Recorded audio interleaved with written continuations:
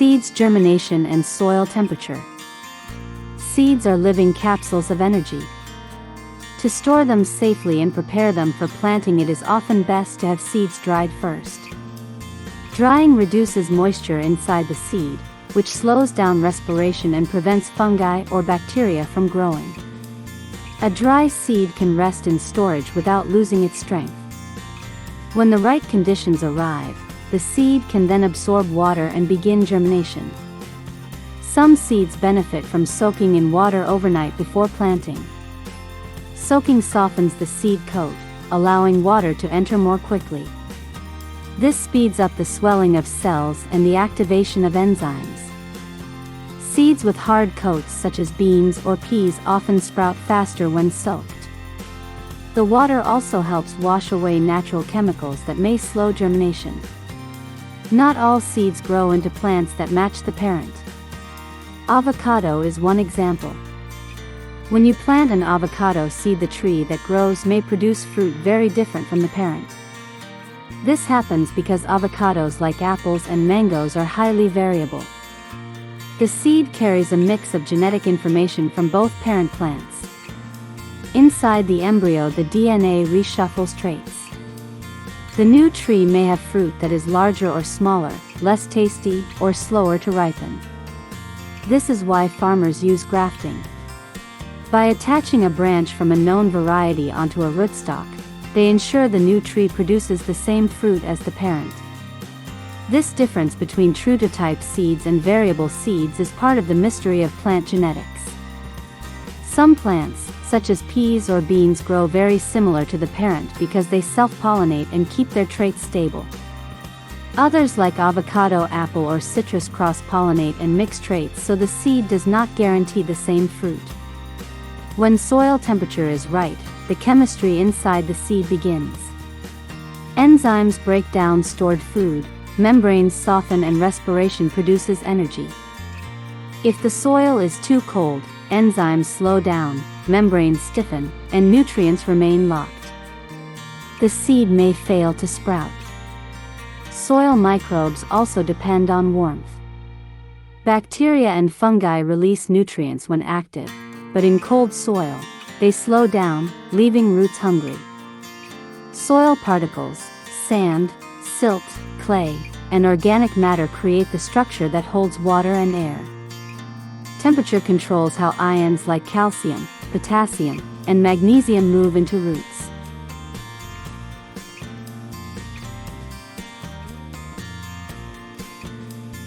Seeds, soil microbes, and temperature are all connected. Drying seeds preserves them, soaking seeds speeds their germination, and genetics decides whether a seed grows true to type. When warm soil life and the cycles of the moon align, germination becomes a complete harmony between earth and sky. In planting times, zones, and atmosphere. This is also the reason why some plants are best planted during different times of the year and in different planting zones. Soil temperature changes with the seasons. In cooler months, the soil may not reach the warmth needed for certain seeds to sprout quickly. Even in tropical regions, sowing seeds in November and December can be difficult because the soil may be cooler or wetter than usual. Seeds that need higher temperatures, such as corn or cucumbers, may take much longer to germinate. Atmosphere also plays a role. The density of air changes with temperature and humidity. Warm air holds more moisture, which helps seeds absorb water and begin growth. Cold, dense air slows evaporation but also slows microbial activity in the soil. This balance between air and soil temperature explains why planting times differ across regions. Planting zones are designed to guide growers by showing the average temperatures of each area. Seeds that thrive in warm zones may struggle in cooler ones unless planted at the right time of year. This is why gardeners follow zone maps to know when to sow seeds for best results. Some seeds can remain in the soil for long periods, even years, before sprouting. They wait for the right combination of warmth, moisture, and light. This natural delay is called dormancy. It allows seeds to survive through unfavorable seasons and germinate only when conditions are safe. Soil temperature is the hidden conductor of this entire process. It decides when enzymes inside the seed will work, when microbes will release nutrients, and when roots can absorb ions. It also explains why timing matters, why zones matter, and why some seeds wait patiently in the soil for years until the perfect moment arrives. Some seeds benefit from soaking before planting because their coats are thick and slow to absorb water.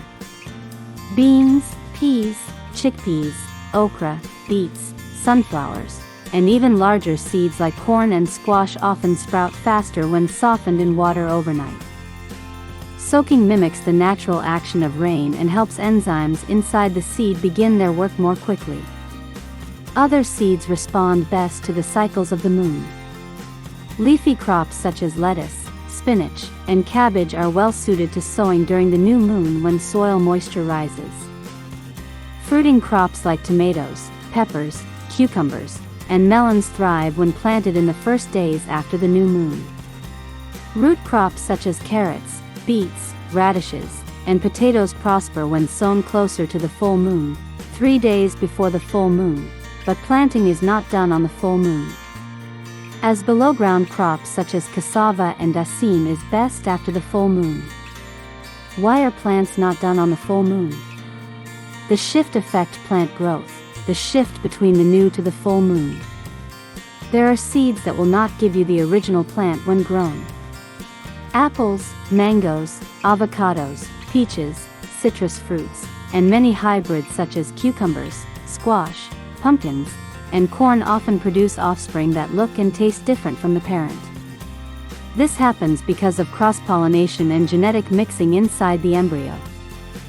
Farmers use grafting or cuttings to ensure the fruit remains true to type.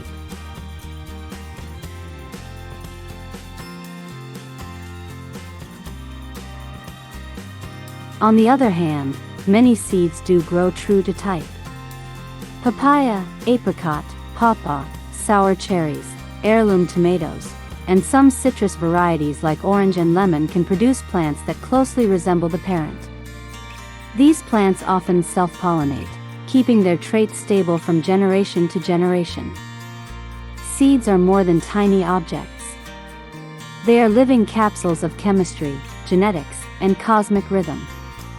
Some need soaking, some need moonlight timing, some will change their traits, and some will stay true. Soil temperature, microbes, and planting zones all shape their journey.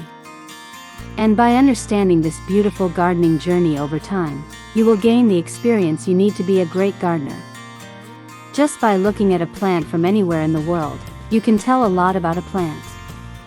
So when you have a tiny seed in the palm of your hand, please understand all this before planting or sowing.